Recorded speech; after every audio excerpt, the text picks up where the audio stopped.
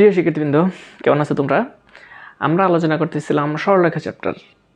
সরলরেখা চ্যাপ্টারে আমরা দুইটা ক্লাস কমপ্লিট করে ফেলছি, দুইটা চ্যাপ্টার চ্যাপ্টার 3A এবং চ্যাপ্টার 3B আমরা কমপ্লিট করে ফেলছি। আজকে আমরা চ্যাপ্টার 3C শুরু করব।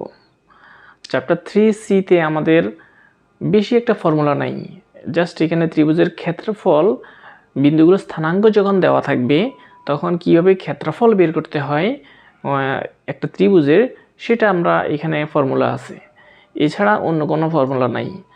লাস্ট দুইটা চ্যাপ্টারে আমরা যে ফর্মুলা ডিসকাস করেছিলাম ওইগুলাই হয়তো আমাদের ঘুরে ফিরে লাগতে পারে। তো প্রিয় শিক্ষার্থীবৃন্দ, শুরু করে যাক। দেখো প্রিয় শিক্ষার্থীবৃন্দ, আমরা আজকে চ্যাপ্টার 3Cতে চলে আসছি।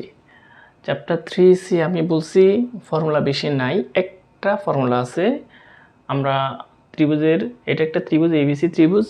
ABC ত্রিভুজের তিনটা স্থানাঙ্ক দেওয়া আছে, x1 y1, x2 y2, x3 y3।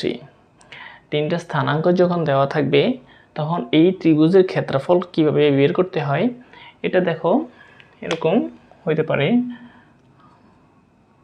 Half into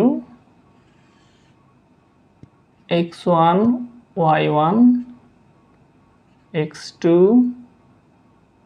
y2 x3 y3 এবং 1 1 1।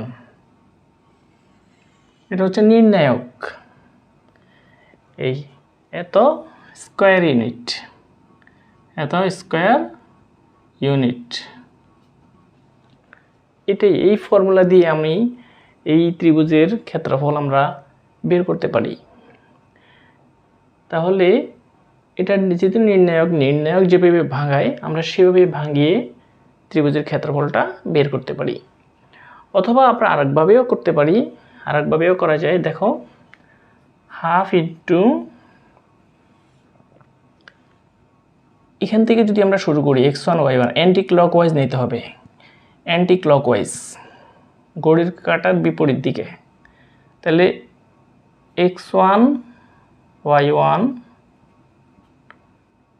x2 y2 x3 y3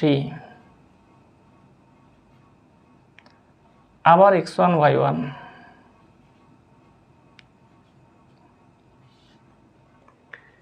এই ফর্মুলা দিয়ে করতে পারি। এটাকে আমি আবার বলতেছি, ঘড়ির কাঁটার বিপরীত দিকে যদি না নিই তাহলে কিন্তু ক্ষেত্রফলটা আসবে না। সেই জন্য আমি এখান থেকে যখন শুরু করছি, তাহলে ঘড়ির কাঁটার বিপরীত দিকে হইলে এইভাবে ঘুরবে, এইভাবে এখান থেকে এখানে, তারপরে এখানে যেতে হবে, তারপরে এখানে যেতে হবে। এইভাবে অ্যান্টি ক্লকওয়াইজ আমি স্থানাঙ্কগুলো এখানে বসিয়েছি।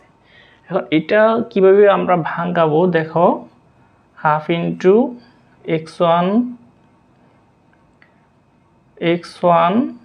y2 প্লাস, মানে এই কোণা, প্লাস এরপরে এটা x2 y3 প্লাস এরপরে এটা x3 y1 মাইনাস এটা x2 y1 মাইনাস এটা x3 y2 মাইনাস এটা x1 y3। এটাকে আমরা এইভাবে ভাঙাইতে পারি, ভাঙিয়ে আমরা ক্যালকুলেশন করতে পারি। ক্যালকুলেশন করলে আমাদের ত্রিভুজের ক্ষেত্রফলটা চলে আসবে। তাহলে আমরা দুইভাবে করতে পারি, এইটাও করতে পারি অথবা এটা করতে পারি, তোমাদের যেটা সুবিধা মনে হয়। তো এইটা আমি মনে করি যে যেভাবে সুবিধা মনে হয়। এই ফর্মুলাটা আমরা 9-10-এও পেয়েছি, হায়ার ম্যাথস বইতে। এখন আমরা অনেক সময় দেখা গেছে যে সমরেখ, মানে বলছে যে তিনটা বিন্দু সমরেখ হবে, তখন আমরা কি করি, এই যে ত্রিভুজের ক্ষেত্রফলটা আমরা এখানে লিখলাম, সমরেখা যখন হবে তখন এই এত মানে জাস্ট এটা এত ইকুয়াল টু কী হবে, এত ইকুয়াল টু 0 হবে। এই এত ইকুয়াল টু 0 মানে সমরেখা হলে এই ফর্মুলাটা আমরা ইউজ করব। এটা একটা অনুসিদ্ধান্ত যে ত্রিভুজের ক্ষেত্রফলের মানে এখানে যে মানে যেটা ছিল এটা যদি 0 হয় তাহলে ওই ত্রিভুজের বিন্দুগুলো সমরেখা হবে। এটা একটা অনুসিদ্ধান্ত প্রিয় শিক্ষার্থীবৃন্দ। তো প্রিয় শিক্ষার্থীবৃন্দ, এই ফর্মুলা ছাড়া আর অন্য কোনো ফর্মুলা নাই এই চ্যাপ্টারে। আমরা এতটুকুই আমরা এই ক্লাসে দেখা হচ্ছে আর কি প্রিয় শিক্ষার্থীবৃন্দ। দেখো প্রিয় শিক্ষার্থীবৃন্দ, আমরা এই বিন্দু তিনটি একই সরলরেখায় অবস্থিত হলে x এর মান নির্ণয় করব। আমরা একটু আগে যে ফর্মুলাটা ডিসকাস করছিলাম, তিনটা বিন্দু একই সরলরেখায় অবস্থিত হলে ফর্মুলাটা কি হবে। আমরা এখন দেখো তিনটা বিন্দু একই সরলরেখায় অবস্থিত হলে আমরা একটু আগে দেখাইছিলাম। তাহলে দেখো x 0 5 4 -3 -4 এবং 1 1 1 কি হচ্ছে, তিনটা এত ইকুয়াল 0। যে তিনটা বিন্দু, এই তিনটা বিন্দু একই সরলরেখায় অবস্থিত, তাহলে এত ইকুয়াল টু 0। আর এটাকে আমরা সিম্পলিফাই করে আমরা x এর ভ্যালুটা ফাইন্ড আউট করব প্রিয় শিক্ষার্থীবৃন্দ। দেখো और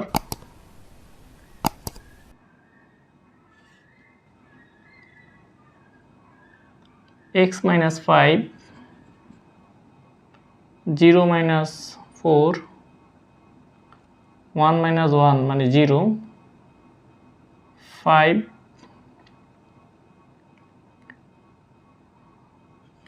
minus plus 3 4 plus 4 0 minus 3 minus 4 1 equal to 0। কি করছি আমরা দেখো একটা সাইড নোট দিই। এই r1 প্রাইমে r1 মাইনাস r2 r2 প্রাইমে r2 মাইনাস r3 এই কাজটাই করছি আমরা।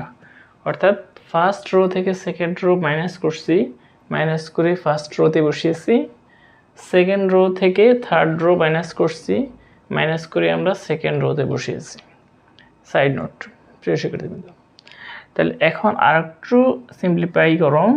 তাহলে দেখো এইটার এগেনস্টে 0 0 1 আছে, এই কলামের এগেনস্টে যদি আমরা বিস্তার করি তাহলে এই রো এবং এই কলাম চলে যাবে। তাহলে থাকতেছে কি 8 8 এবং -3, একটু ভুল হয়েছে আমাদের এইটা হবে না, এই রো এবং এই কলাম চলে যাবে, এই কলাম এবং এই রো চলে যাবে। তাহলে থাকবে কি x minus 5 minus 4 8 8 এটা থাকবে ইকুয়াল 0। এখন দেখো এটাকে আমরা লিখতে পারি or 8x minus 40 plus 32 equal to 0 or 8x minus 8 equal to 0 or x minus 1 equal to 0 or x equal to 1। তাহলে x এর মান নির্ণয় করতে বলছে, আমাদের রেকর্ড অ্যান্সারটা চলে আসছে প্রিয় শিক্ষার্থীবৃন্দ। তো প্রিয় শিক্ষার্থীবৃন্দ, আজকে ক্লাসটা এতটুকুই। ফর্মুলা আমরা ডিসকাস করে একটা ছোট্ট একটা ম্যাথস দেখিয়েছি। এতটুকু যদি বুঝতে প্রবলেম হয় আমাকে কমেন্ট বক্সে জানাবে, আমি তোমাদের অ্যান্সার করব প্রিয় শিক্ষার্থীবৃন্দ। তো প্রিয় শিক্ষার্থীবৃন্দ, আমার ভিডিওগুলো দ্রুত পাওয়ার জন্য আমার চ্যানেলটাকে সাবস্ক্রাইব করে নেবে, যাতে আমি ভিডিও আপলোড করার সাথে সাথেই তোমাদের মাঝে পৌঁছে যায়। ওকে প্রিয় শিক্ষার্থীবৃন্দ, ভালো থেকো তোমরা।